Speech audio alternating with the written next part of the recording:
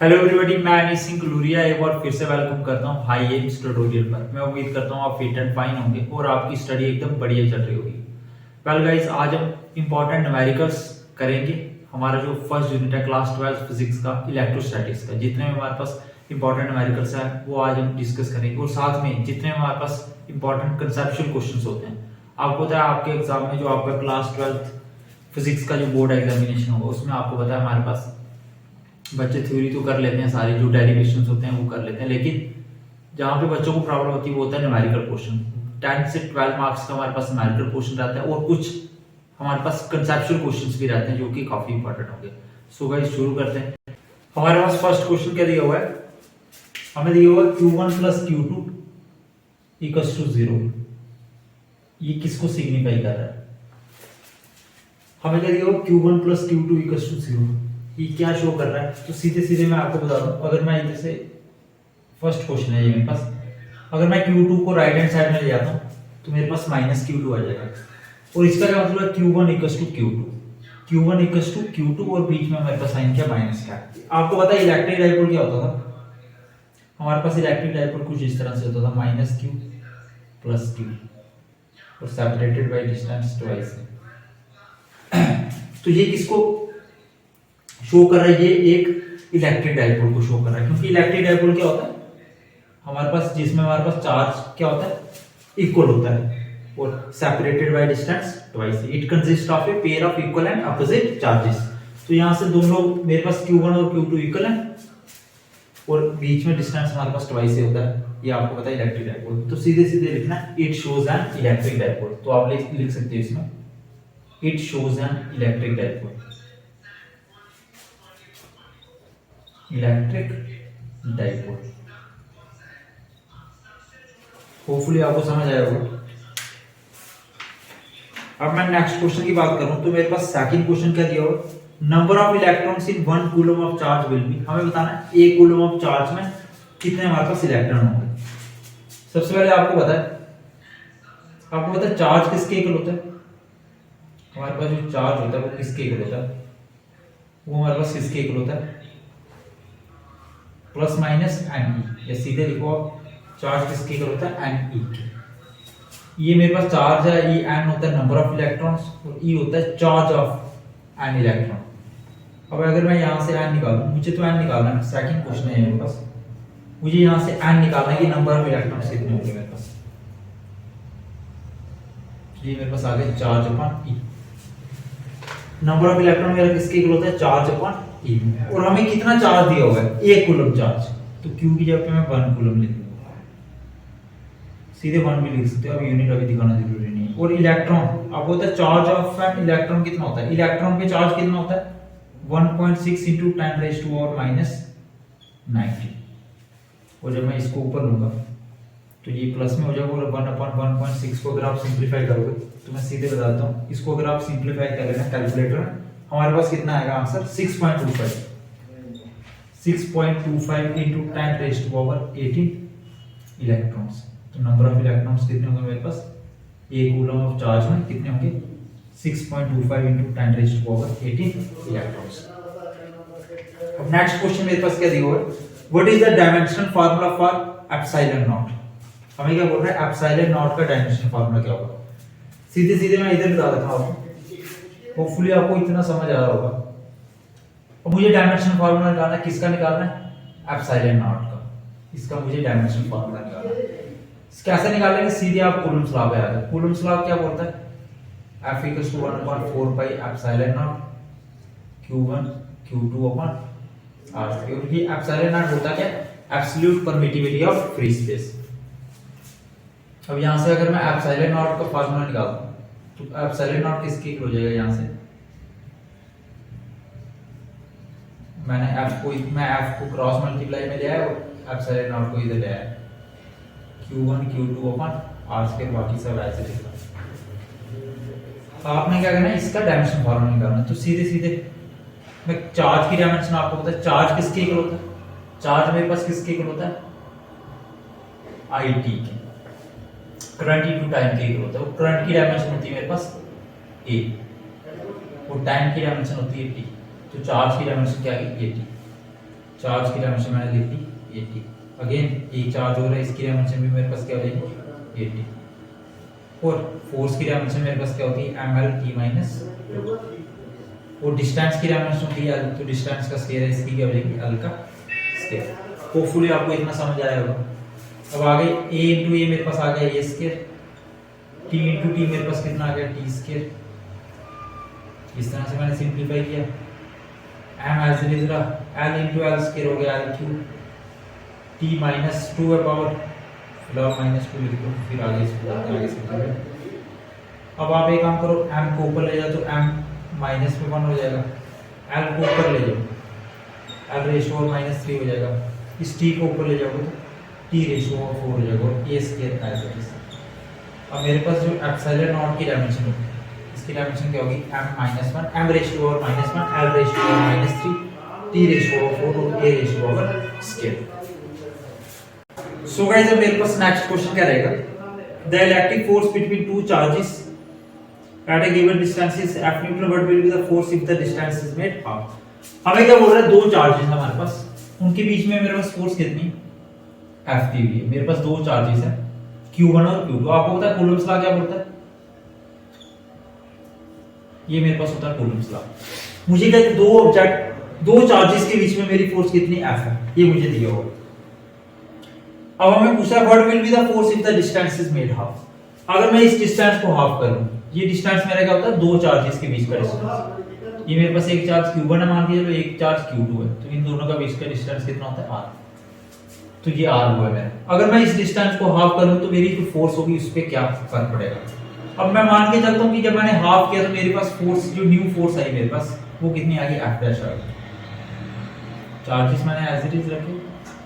अगर मैंने डिस्टेंस को हाफ कर दिया तो मेरे पास जो न्यू फोर्स आएगी वो F डैश आएगी।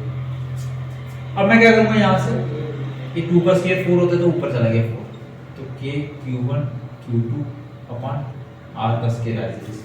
और k q1 q2 upon r square किसके इक्वल होता है F के, तो 4F आ गया। जो F डैश होगा, अब जो मेरे पास फोर्स आएगी, न्यू फोर्स आएगी, जब मैंने डिस्टेंस को हाफ किया तो मेरी ये जो फोर्स आएगी वो 4 टाइम्स हो जाएगी जो मेरे पास फोर्स पहले थी। जो मेरे पास न्यू फोर्स आएगी ये 4 टाइम्स हो जाएगी अगर डिस्टेंस को आप हाफ करते हो।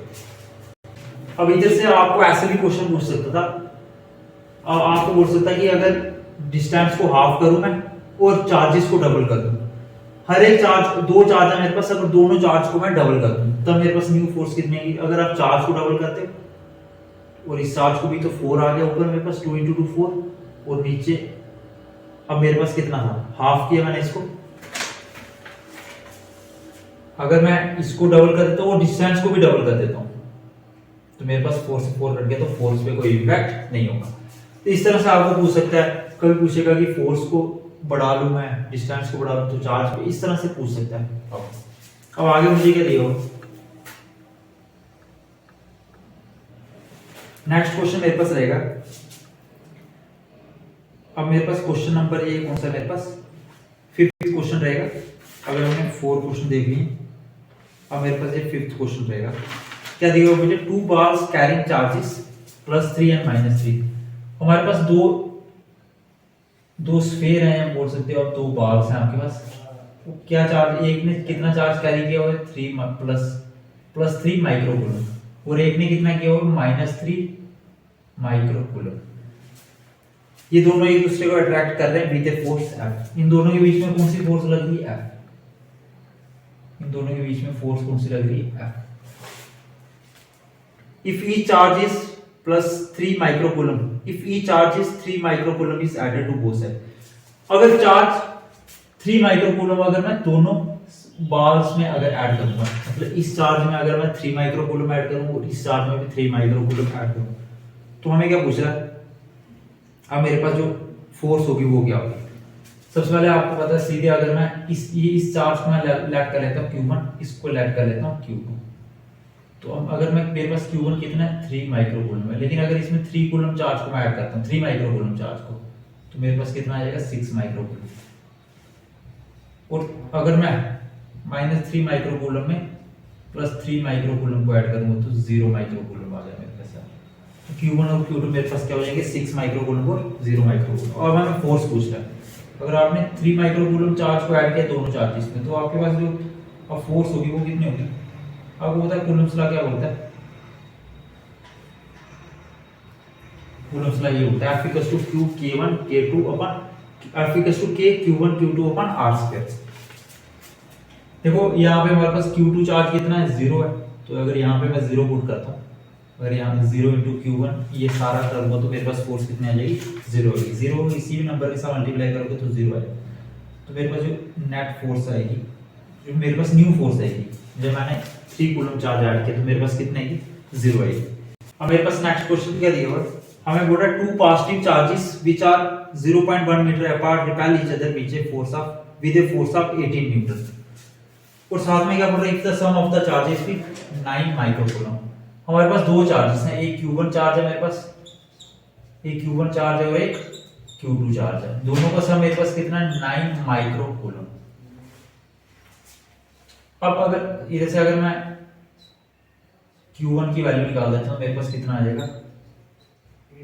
Minus Q2। Q1 की वैल्यू मेरे पास कितनी आ गई? यहाँ से 9 माइनस Q2, यहाँ पे माइक्रो कूलम लिख लेता हूँ। होपफुली आपको इतना समझ आया होगा। अब आपको पता है कूलम्स लॉ क्या बोलता है? F equals to Q1 Q2 K Q1 Q2 upon R square. और हमारे पास यहाँ पे फोर्स हमें कितनी दी हुई है क्वेश्चन में? 18। हमारे पास K, ये K की वैल्यू मेरे पास होती है 9 इंटू 10⁻⁹। K हमारे पास इलेक्ट्रोस्टैटिक फोर्स कांस्टेंट होता है, इसकी वैल्यू कितनी थी? 9 इंटू 10⁻⁹। और Q1 और Q2, Q1 मेरे पास कितना है? मेरे पास Q1 कितना है? एक बार लिख देता हूँ यहाँ पे।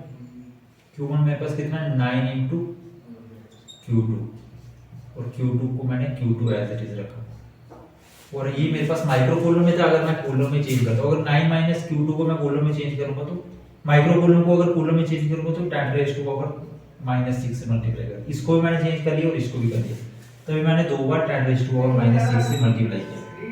और अगर अब मैं दोनों के बीच का डिस्टेंस कितना दिया है वो हमें दिया हो, दोनों के बीच का डिस्टेंस 0.1 मीटर। 0.1 मीटर हमें दोनों के बीच का डिस्टेंस दिया हो और मैंने यहाँ पे स्केल किया। अब मुझे यहाँ से Q2 निकालना है। अगर Q2 निकालूंगा तो अल्टीमेटली मेरा Q1 भी निकल जाएगा। कैसे निकालेंगे? सबसे पहले मैं 18 एज इट इज रखता हूँ। इधर मेरे पास क्या 9 है और यहाँ पे अगर मैं 10⁻⁻6 10⁻⁻12 हो जाएगा। और फिर अगर मैं इसको आगे सिंप्लीफाई करता हूँ, 9 को मैंने एज इट इज रखा, ये भी मैं एज इट इज अगर रखूँ तो ये मेरे पास आ जाएगा 10⁻12 के इक्वल। और अगर मैं इसको सिंप्लीफाई करता हूँ 0.1 का स्क्वायर मेरे पास कितना आ जाएगा? ये मेरे पास अगर मैं इसको ऊपर लेता हूँ तो 10⁻10 का स्क्वायर बन जाएगा मेरे पास। इसको मैं हटा देता हूँ यहाँ से, मेरे पास क्या बन जाएगा? 10 का स्क्वायर बन जाएगा। पॉइंट को जो आपने लगाया है उसके बाद अगर आप इसको सिंप्लीफाई करते हो 10⁻2 10⁻9 10⁻2 मेरे पास 10⁻11 आ गया।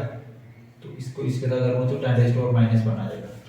और यहाँ पे अगर मैं इसको लूँगा, देखो 9 बन जा 9 2 जा, यहाँ से अगर 2 को 10 के साथ मल्टीप्लाई करूँ तो 20 आ जाएगा मेरे पास। और बाकी मेरे पास 9 इंटू Q2 कितना होता है? 9 Q2 इंटू Q2 कितना होता है? माइनस Q2 का स्क्वायर। ये माइनस का इसको लेफ्ट हैंड साइड में ले जाओ, फिर प्लस का इसको भी लेफ्ट हैंड साइड में ले जाओ, ये माइनस का हो जाएगा और प्लस 20 मेरा एज इट इज रहा, ये 0 के इक्वल आ जाता है। अब यहाँ से मुझे Q2 की वैल्यू निकालनी चाहिए। मेरे पास क्वाड्रेटिक इक्वेशन बन रही है, जैसे होती है हमारे पास quadratic x square minus x plus c, ax square plus bx plus c की फॉर्म में होती है। अब इस तरह से हमें दिया हुआ है क्वाड्रेटिक इक्वेशन, तो इसको कैसे प्रोसीड करना है? Q2 का स्क्वायर आपने एज इट इज रखना है, उसके बाद 20 के फैक्टर ले लेना आपने। 20 का अगर आप फैक्टर लेते तो तुम्हारे पास क्या आते हैं इसके फैक्टर?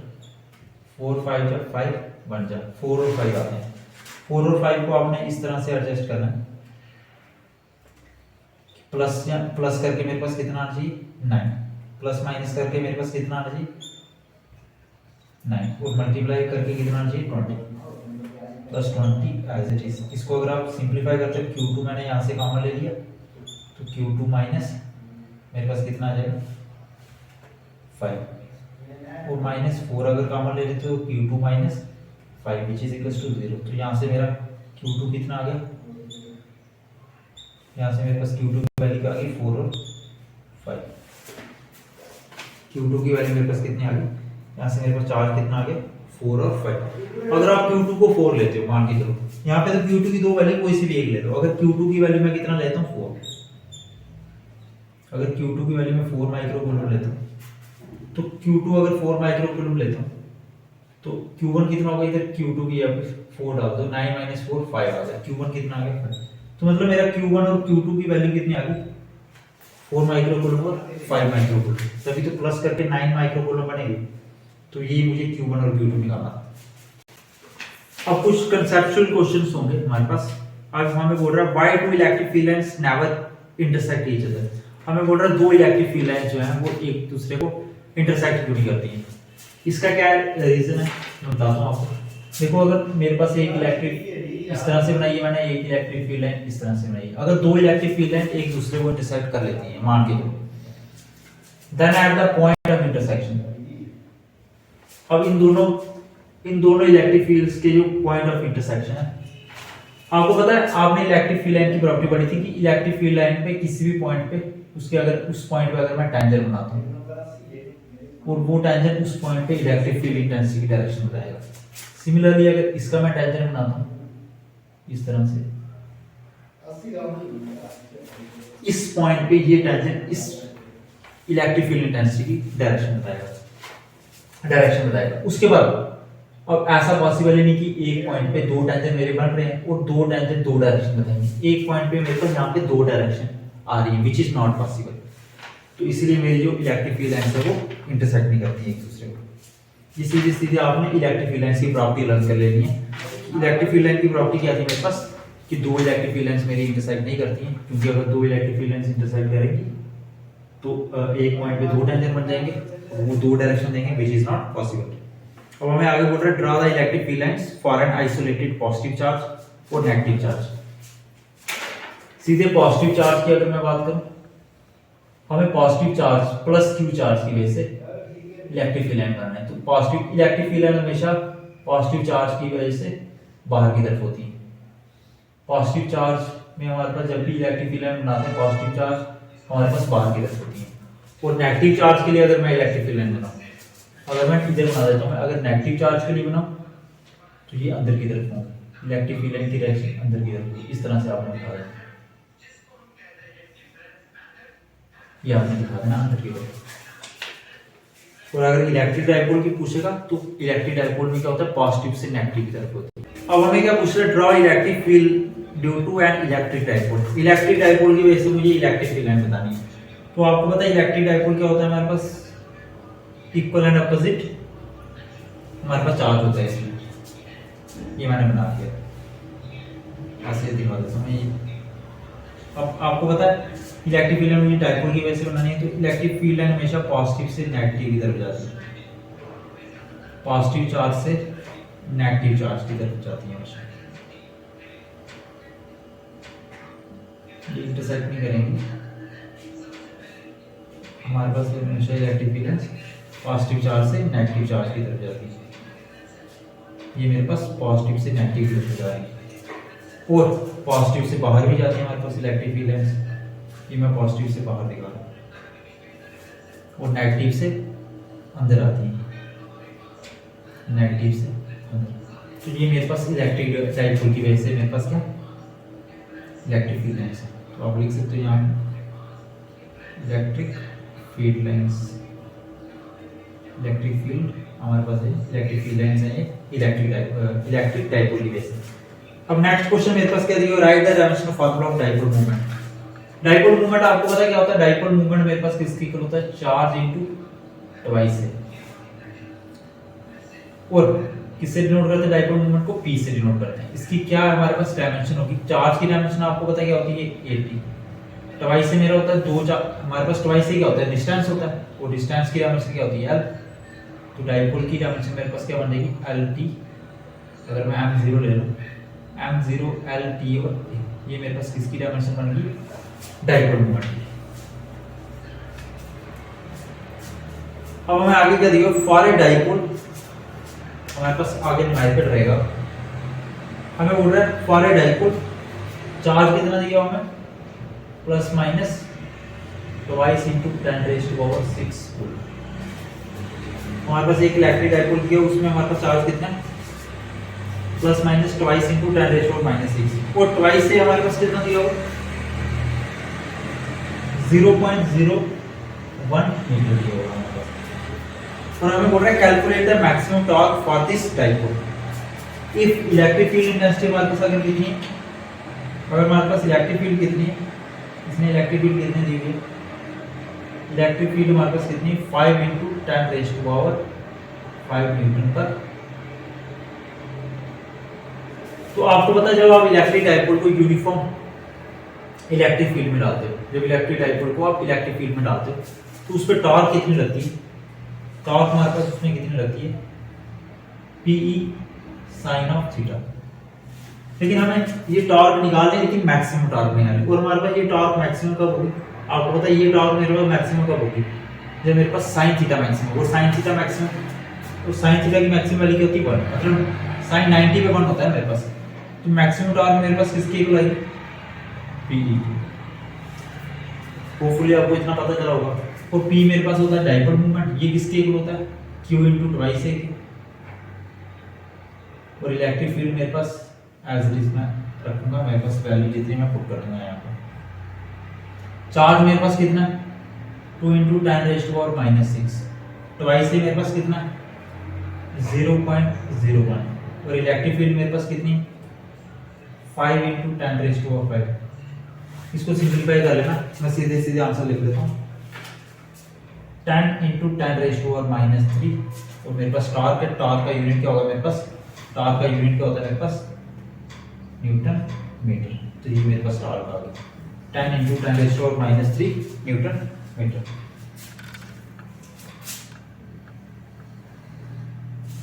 अब आगे अगर मैं बात करूं, ए charge Q is placed at the centre of A cube, what would be the flux through one phase. हमारे पास एक क्यूब दिया हुआ है, आपको पता है क्यूब अगर मैं बनाऊं इस तरह से बनेगा मेरे पास क्यूब, ये मेरे पास क्यूब होता है। हमें क्यूब में हमारे पास चार्ज कितना है प्लस Q चार्ज प्लेस किया हुआ क्यूब के सेंटर में। क्यूब के सेंटर में कितना चार्ज प्लेस किया हुआ है, मैं लिख लेता हूं प्लस Q चार्ज। तो हमें पूछ रहा है what will be the flux through one phase. आपको पता है फ्लक्स क्या होता है हमारे पास, सबसे पहले फ्लक्स का क्या फॉर्मूला होता है Q/ε0। फ्लक्स हमारे पास किसके इक्वल होता है Q/ε0 के। ये मेरे पास टोटल फ्लक्स है जो इस क्यूब से पास हो रहा है, मतलब इस क्यूब के कितने फेसेस हमारे पास 6 फेसेस होते हैं क्यूब के, तो 6 फेसेस से मेरे पास कितना फ्लक्स जा रहा है Q/ε0। देखो अगर मेरा 6 फेसेस से अगर Q/ε0 फ्लक्स जा रहा है तो वन फेज से कितना जाएगा, तो 6 को मैं डिवाइड कर दूंगा तो 6ε0 हो जाएगा। तो मेरा जो फ्लक्स होगा वो वन फेज से, एक फेज से कितना फ्लक्स जाएगा Q/6ε0। अब अगेन मेरे पास फ्लक्स से क्वेश्चन है, इधर ही करवा देता हूं मैं। हमें क्या बोल रहा है an electric dipole of moment 50 into 10⁵ centimeter is enclosed in a closed surface. What is the total flux coming out of the surface? तो हमें क्या बोल रहा है कि हमारे पास एक इलेक्ट्रिक डाइपोल है, उसको हमने किसी क्लोज सरफेस में एनक्लोज किया हुआ है। आपको पता है इलेक्ट्रिक डाइपोल की वजह से, इलेक्ट्रिक डाइपोल में मेरे पास नेट चार्ज कितना होता है, ये देखो यहाँ पे आपने डाइपोल बनाया था इलेक्ट्रिक प्लस Q और माइनस Q, टोटल चार्ज कितना होगा प्लस Q माइनस Q 0 हो गया। जब मेरे पास चार्ज ही 0 है तो फ्लक्स कितना होगा, फ्लक्स होता है चार्ज अपॉन एप्सिलॉन। अगर मेरे पास Q 0 है तो 0/ε0 0 ही होगा, तो नेट फ्लक्स कितना होगा इसमें 0।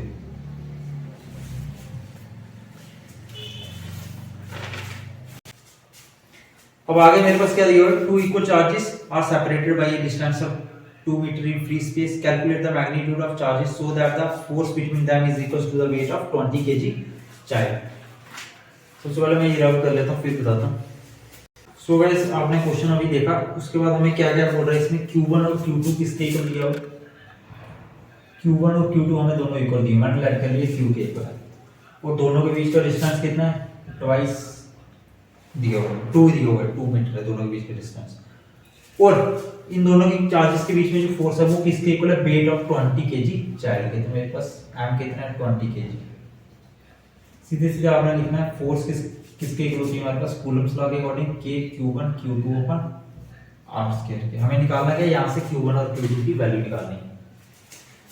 और ये जो फोर्स है ये किसके इक्वल दिया होगा हमें, वेट ऑफ 20 kg चाइल्ड, और 20 kg चाइल्ड का वेट कितना होगा mg। तो उसके बाद k मेरे पास एज इट इज, अभी मैं अगर लिखूं Q2 एज इट इज लिखूं, अगर r square as it is लिखूं, मास 20 दिया हुआ है, एक्सेलरेशन ड्यू टू ग्रेविटी मेरे पास 9.8 होता है, k की वैल्यू मेरे पास 9 × 10⁻⁹ होती है, Q1 और Q2 मेरे पास कितना दिया हुआ q, तो q × q क्या हो गया, q का स्क्वायर, और r मेरे पास कितना दिया हुआ 2 का स्क्वायर। अगर मैं इसको आगे सिंपलीफाई करता हूँ, अगर आप इधर से इसको सिंपलीफाई करोगे तो मेरे पास क्या आएगा 20 × 9.8 × 4/9 × 10⁻⁹ = q का स्क्वायर। अब मैं आगे आपको बताता हूँ कैसे आपने प्रोसीड करना है। और मेरे पास q किसके इक्वल हो जाएगा, √, अगर यहाँ पे स्क्वायर है तो उधर जाके रूट बन जाएगा। अगर 9.8 को 20 से मल्टीप्लाई करोगे तो 196 आएगा मेरे पास, और 4 एज इट इज रहा मेरे पास, 9 मैंने एज इट इज लिखा, वो 10⁻⁹ को मैं लिख सकता हूँ 10⁻² की पावर 10⁻⁴ का स्क्वायर, मेरे पास 8 आ गया इंटू 10।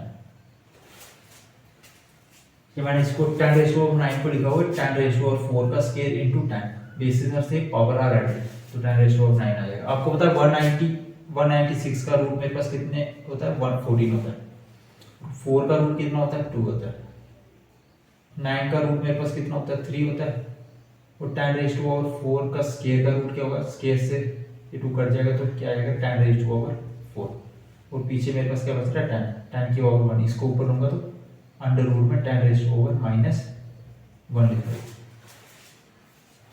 इसको नीचे भी रख सकते हो आप, वो भी सही रहेगा। अगर आप इसको नीचे लिखते हो अंडर रूट 10, इस तरह से भी कर सकते हैं। और फिर अगर आप आगे इसको सिंप्लीफाई करोगे, √10 की वैल्यू कैलकुलेटर में कैलकुलेट कर लेना, फिर आगे सबको मल्टीप्लाई कर लेना, मेरे पास चार्ज कितना आ जाएगा, मैं सीधे आंसर बता देता हूँ 2.95 × 10⁻⁻4 कूलम। तो चार्ज कितना आ जाएगा मेरे पास, इतना चार्ज आ गया, और ये चार्ज Q1 और Q2 दोनों के बराबर है। Q1 मतलब Q1 और Q2 चार्ज मेरे पास इतना होगा।